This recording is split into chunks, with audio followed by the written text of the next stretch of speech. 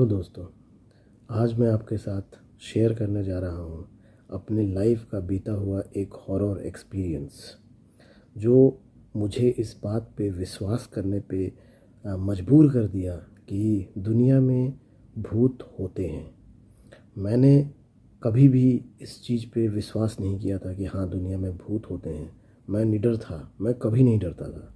लेकिन वो first time ऐसा था ना, जो सच में मुझे डर लगा था। और आज भी मैं जो आपको ये कहानी बताने जा रहा हूँ, तो आज भी मेरे रोंगटे खड़े हो रहे हैं।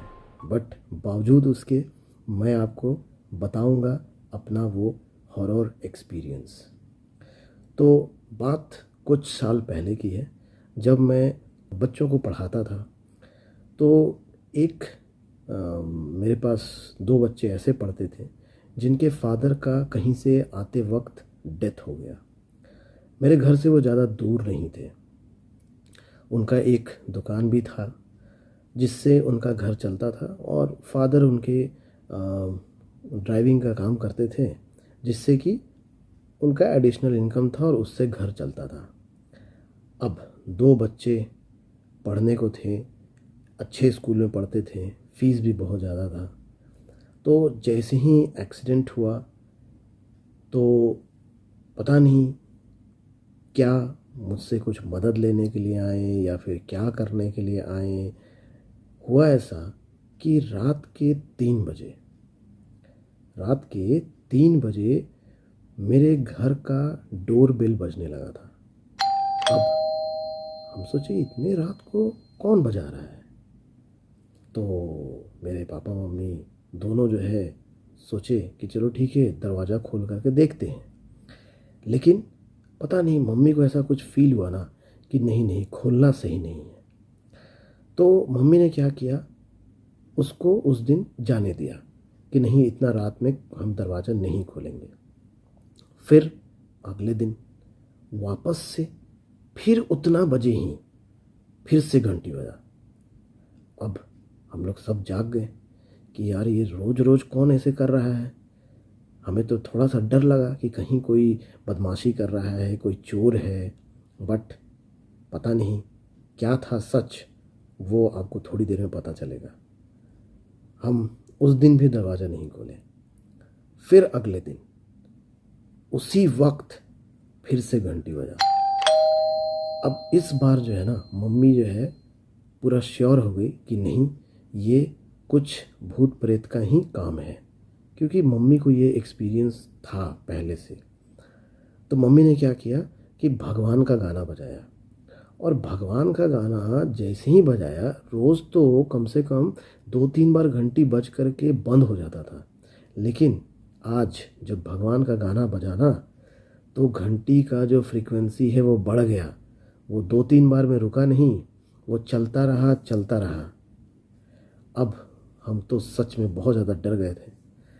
फिर हमने गाना को बंद किया और पापा ने हिम्मत करके बोला कि नहीं, आज तो हम देखेंगे, क्योंकि वो थोड़ा इन सब चीज़ों से उतना डरते नहीं हैं। तो पापा ने दरवाज़ा खोला धीरे धीरे, और हम अपने आंगन में गए। आंगन जो हमारा था कुछ ऐसा था कि आंगन से हम अपने बाहर के मेन डोर को देख सकते थे कि वहाँ पे कौन आया है। पापा वहाँ से आंगन से एक टूल लगाकर खड़ा हुए उस पर और देखे कि आखिर कौन है।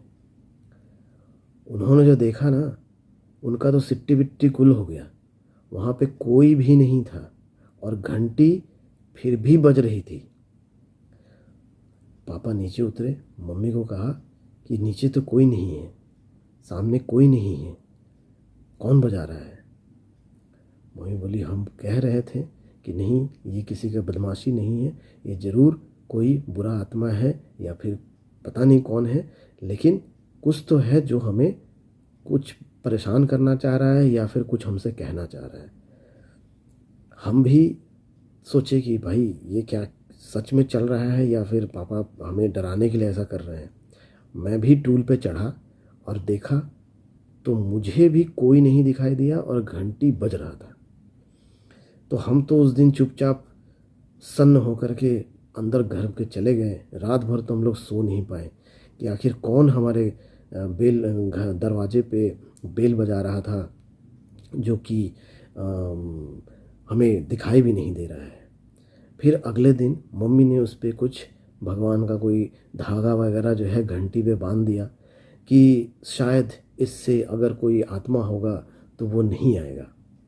बट दोस्तों, अगर आपसे कोई बात करना चाहता है ना, तो उसको कोई नहीं रोक सकता है।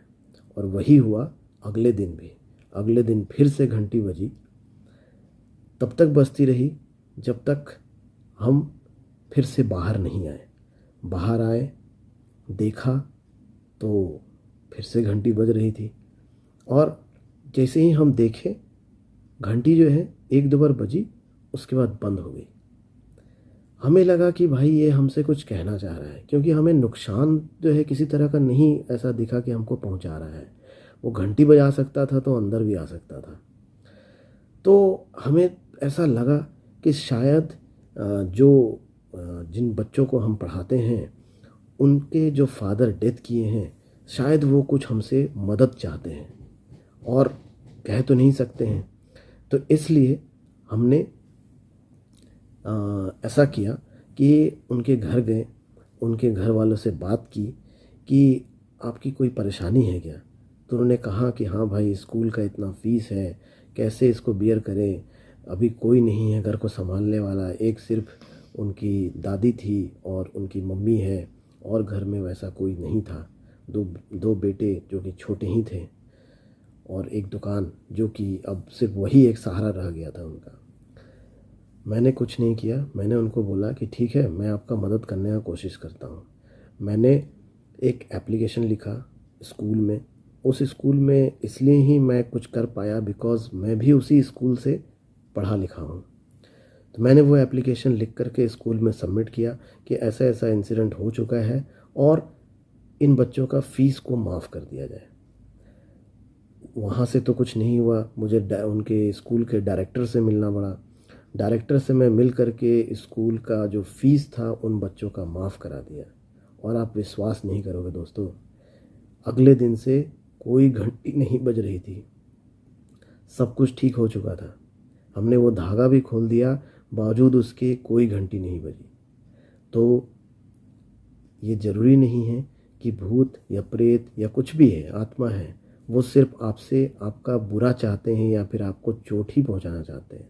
हो सकता है कि वो आपसे कुछ मदद चाहते हों, आपसे कुछ ऐसा उनका अधूरा काम है जो करवाना चाहते हैं। तो उन इशारों को समझिए और फिर जो मदद कर सकते हैं तो करिए। अभी ये एक्सपीरियंस तो मैं यहीं पे एंड करता हूँ। आऊँगा अगले एक्सपीरियंस के साथ, अगले स्टोरी के साथ। तब तक के लिए आप भी अपना ख्याल रखिए, मैं भी अपना ख्याल रखता हूँ।